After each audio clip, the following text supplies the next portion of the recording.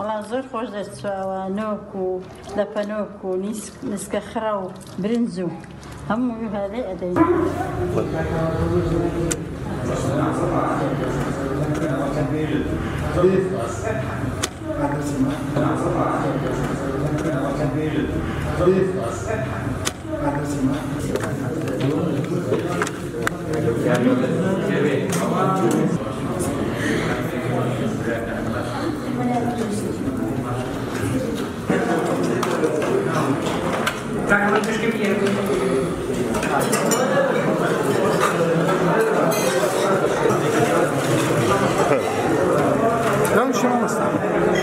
دڵخۆش مەکە ئەو تەبایی و هاوکاری لە نێوان خزمانی قەسرێ بەگشتی کە ئەم یادەمەزنە بووە هۆی دڵخۆشکردن و پەیوەندی توند و تۆڵ لە نێوان خزمانی قەسرێ بەگشتی و گوندەکانی دەوروبەری.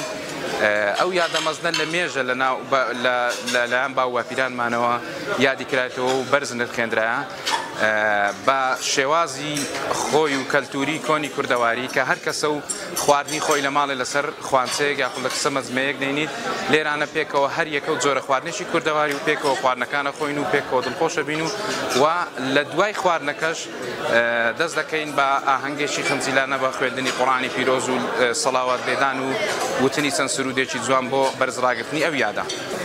بۆ گەشەدان زیاتر بە کاری خێری و هەرەوە سەرخێر بێگومان پێویستە دەبگەڕێنەوە سەر قورئان و سونەت. ئەمە لەلایەن قورئانی پیرۆز زۆر فەرمانی پێکردوینە، ئاياتمان زۆرە لەو بابەتەوە. كنتم خير أمة أخرجت للناس تأمرون بالمعروف وتنهون عن المنكر. أما يشك لو بابانا وهروها ولتكن منكم أمة يدعون إلى الخير ويأمرون بالمعروف. تبي أمتي محمد هميشا فرمان بتساكبك جاتي خرابك بيقومان نهشتني يادي پیغمبر سلامي خالد السربي و لبير بردنەوە یادی پێغەمبەر خوا کارێکی خراپە پێویستە دووبارە بارەزینی بکەیت بەڕاستی. ئێمە هەر یادەکەشمان بەو ناوی بەڕاستی بە ناوی لە هەموو ساتێکدا لە یادمان ئەی محەممەد صلی الله علیه و سلم. چونکە من ئەگەر مسلمان بووم و بەتایبەتی مامۆستایانی ئاینی ئەگەر ڕۆژانە یادی پێغەمبەر نەکەینەوە یا پێغەمبەرمان لە یاد نەبێ خوا نەخواستە کارەساتیش گەورەی دیارەمە لە دین حاڵ نەبووینە. چونکە خوای گەورە داوای لێکردێمە هەمیشە یادی خوا بکەینەوە و لەگەڵ یادی خوش بێگومان خوای گەورە ناوی پێغەمبەریشی هێناوە ئەوەتە لە ناو نوێژ ئەوە لە تەحیات ئەوە والحاصل لە شەهادەکە کە یەکەم ڕوکنی ئیسلامەتیمانە. مولاي صل وسلم دائما أبدا على حبيبك خير الخلق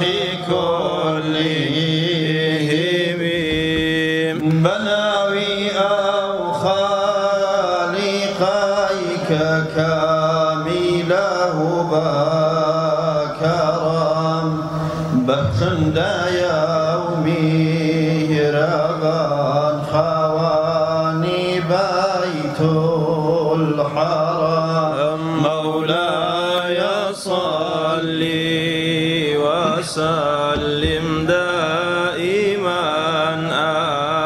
أبدا.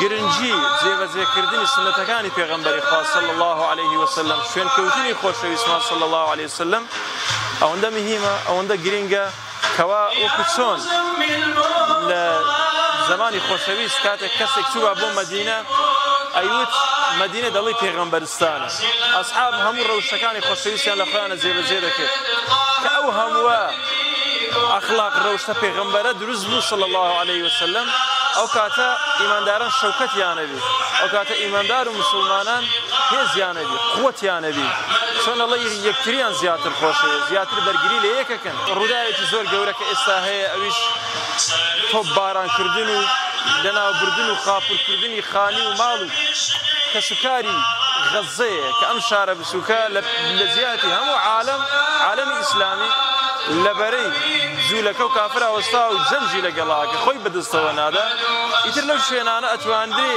ئەو خەڵکە تەوجیه بکرێت پێیان بڵێن وەلاتان هەبێ بۆ مسلمانان دژایەتی بکەن بۆ ئەوانەی کە کافرن داگیرکەرن مسلمانان عەزاب بدەن مسلمانان لە ناوە بن. یعنی زۆر گرنگە زۆر پێویستە ئیجتیماع و کۆبوونەوەی مسلمانان کە لە ئاخیرەکانە دوعاکەین هەمومان بەوەی کە خوای گەورە مسلمانە نەجاتدا کوردی مسلمان نەجاتدا لە هێرشی دەوروبەر و ناو خۆ و فیتنە و هەروەها مسلمانان لە هەر شوێنێکە هەبن خوای گەورە پارێزگاریان لێ بکات و بیان پارێزی نسرەت و سەرکەوتنیان بەدەست پێ ببەخشێ.